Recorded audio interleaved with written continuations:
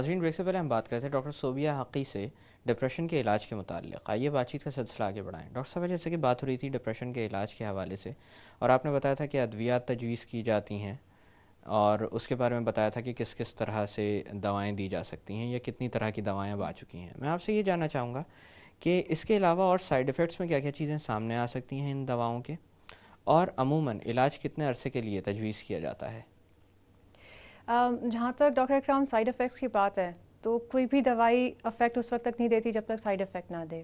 Side effect profile ہر دوائی کا ہوتا ہے ڈیفینیٹلی, جی بٹ جس طرح سے ہمیں سکھایا گیا ہے کہ you start low and go slow. جب پیشنٹ ہمارے پاس آتا ہے, ہم نے تشخیص کر لیا کہ اس کو ڈپریشن ہے, تو ہم بالکل چھوٹی ڈوز سے شروع کرتے ہیں, اس کو فالو اپ پہ بلاتے ہیں, اور اس کا مقصد یہی ہوتا ہے کہ کوئی سائیڈ افیکٹ اگر آ رہا ہے تو اس کو فوراً سے مانیٹر کر لیا جائے. دوائی چینج کرنے کی ضرورت ہے تو چینج کر لی جائے, تو اس سے گھبرانے کی بالکل ضرورت نہیں ہوتی ہے. جہاں تک آپ بات کر رہے ہیں کہ ایک ایپیسوڈ آف ڈپریشن اگر آ گیا یا ڈپریسو ڈس آرڈر آ گیا ہے, آئیڈیلی کہا جاتا ہے کہ اس کی جو ٹریٹمنٹ ہے, کچھ ٹیکسٹ بکس کہتی ہیں 6 months 9 months, یہ 1 سال تک کرنی ضروری ہو جاتی ہے, کیونکہ اس سے کیا ہوتا ہے جب تک مکمل ٹریٹمنٹ نہیں کرتے ریلیپس یعنی کہ دوبارہ آنے کے چانسز جو ہوتے ہیں وہ زیادہ ہو جاتے ہیں. اور کہتے ہیں کہ اگر 2 سے زیادہ ہو جاتے ہیں ڈپریشن کے ایپیسوڈس تو 2 to 5 years ٹریٹمنٹ ضروری ہو جاتی ہے, اور جب یہ کر لیتے ہیں مکمل تو پھر ہم وہی ریلیپس کے چانسز جو ہیں وہ کم سے کم کرتے جا رہے ہیں.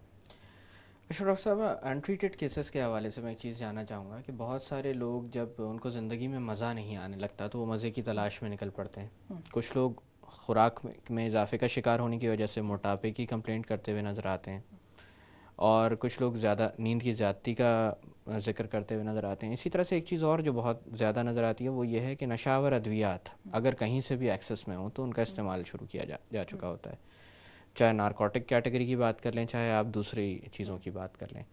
اس حوالے سے کیا یہ دوائیں, یہ نشہ آور ادویات کسی طرح سے مریض کے اپنی جو کیفیت ہے اس کو بہتر بنانے کا باعث بنتی ہیں؟ یہ بہت ہی مس نارمل ہے اگر لوگ یہ سمجھ کے کر رہے ہوتے ہیں. اڈکشن کسی بھی چیز کی ہو, اڈکشن کسی دوائی کی ہو, سگریٹ کی ہو, کسی بھی چیز کی ہو, وہ کبھی بھی آپ کو ڈپریشن سے چھٹکارا نہیں دلا سکتی ہے. اڈکشن تو خیر ایک بالکل ہی الگ ٹاپک ہے جس کے بارے میں بہت بڑا ہم ٹاپک ہے. جی بالکل کبھی بھی بات کر سکتے ہیں.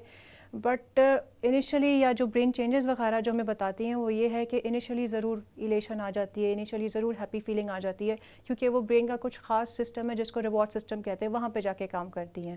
انسٹنٹ گریٹیفیکیشن مل جاتی ہے, آپ at that point in time ضرور ریلیکس ہو جاتے ہیں. لیکن آگے آگے جب آپ یہ استعمال کرتے رہتے ہیں, ظاہر ان کی ٹالرنس یہ یعنی کہ عادی جب ڈوز آپ بڑھ ہو جاتی جاتے ہے, ہیں. جب آپ کو یہ عادی بنا دیتے ہیں اس کے بعد لائک سرپرائزنگلی یہ پھر آپ کو ڈپریشن کی طرف ہی لے کے جا رہی ہوتی ہیں. And one of the important causes of depression is these medication use. بالکل ڈاکٹر صاحب, ری اکرنس کے یا ریلیپس کے کتنے چانسز ہوتے ہیں مکمل علاج ہو جانے کے باوجود بھی؟ دیر از نو رول آف تھم کہ میں بتا سکوں جی فلاں مریض کو دوبارہ سے نہیں ہوئے گا. صحیح ہے, اس میں رسک فیکٹرز ہوتے ہیں, اس میں کچھ مارکرز ہوتے ہیں جو ہم دیکھ سکتے ہیں. اگر کوموربیڈیٹی نہیں تھی, اگر جلدی ڈائگنوز ہو گیا تھا, اینڈوجنس اس کی آن سیٹ تھی, اور کوئی سبسٹنس ابیوز وغیرہ نہیں تھا, تو اس میں یہ ہے کہ بہتر چانسز ہو جاتے ہیں ریلیپس نہ ہونے کے. لیکن اگر ایج ہے, اگر کوموربڈ النیسز ہیں, کوئی میڈیکل النیس ہے, کوئی سبسٹنس ابیوز ہے, کوئی اور النیسز وغیرہ چل رہی ہیں اور پور ٹریٹمنٹ چل رہی ہے, تو پھر ڈیفینیٹلی دوبارہ آنے کے چانسز جو ہیں وہ ہو جاتے ہیں. کیا ڈپریشن کو ہونے سے پریونٹ کرنا پاسبل ہے یا حفاظت ممکن ہے ڈپریشن ہونے سے پہلے؟ بالکل جی, اس میں جب ہم بات کرتے ہیں ہم پریونشن کی بات کرتے ہیں. پریونشن کا سن کے پتہ نہیں کیوں ہمارے ذہن میں صرف ٹرشی پریونشن آتی ہے, یعنی کہ دوائیاں کر لو یا مریض کو ریہیبلیٹیٹ کر لو. ہم لوگ پرائمری پریونشن کی بات بھول جاتے ہیں, اور پرائمری پریونشن وہی ہوتی ہے کہ کریٹنگ اویئرنیس, آئیڈینٹیفائی کریں ان اسٹریسرس کو, ان چیزوں کو جو ہمیں پریشان کر رہی ہیں, کسی کو پریشان کر رہی ہیں, اور ان کا سدباب کیا جائے تاکہ اس حد تک وہ جا ہی نہ سکے.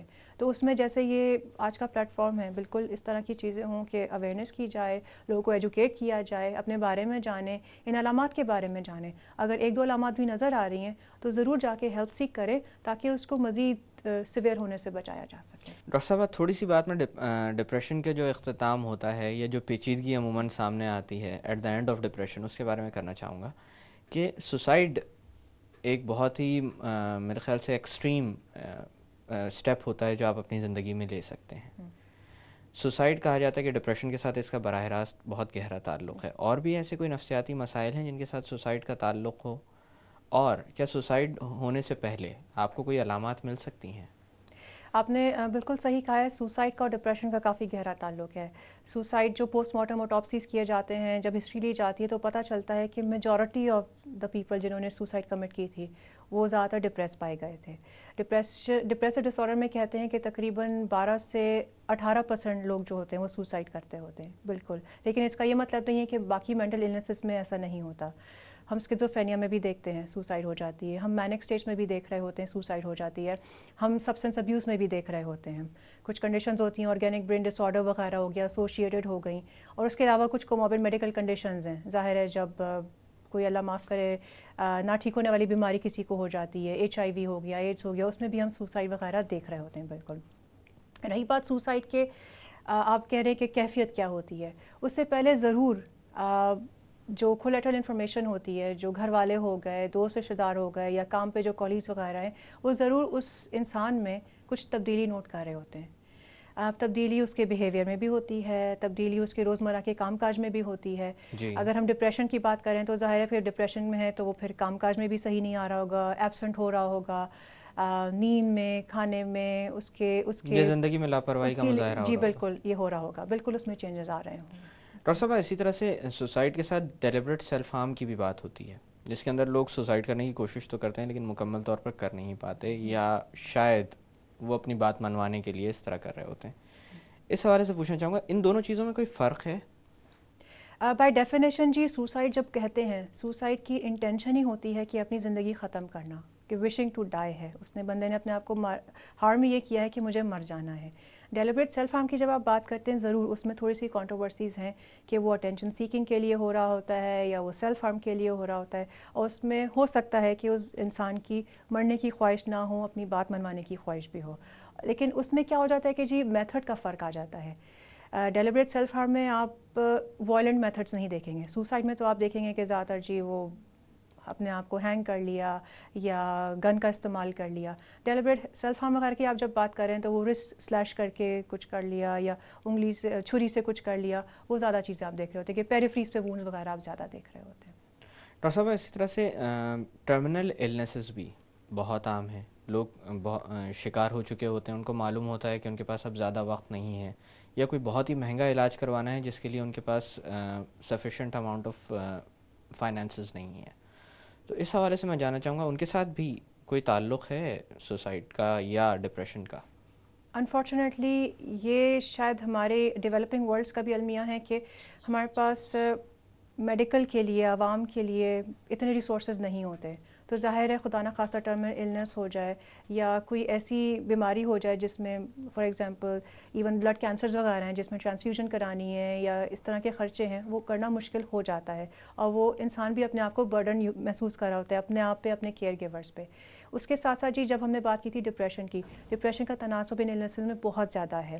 ایک اسٹڈی کے مطابق تقریباً 60% لوگ جو ہوتے ہیں جب میڈیکلی ٹرمینل النس وغیرہ میں ہوتے ہیں تو ان میں ڈپریشن ہو جاتا ہے. تو ڈیفینیٹلی جب آپ ڈپریشن کی بات کر رہے ہیں تو خدا نہ خواستہ پھر اس کی کمپلیکیشن میں سوسائڈ بھی آ جاتی ہے. بالکل. ڈاکٹر صاحب یہاں پہ تھوڑی دیر کے لیے باتوں کا سلسلہ روکتے ہیں. ناظرین وقت ہو ایک چھوٹی سی کمرشل بریک کا. بریک سے واپس آ کر ڈپریشن کے متعلق مزید بات کی جائے گی. Stay with us.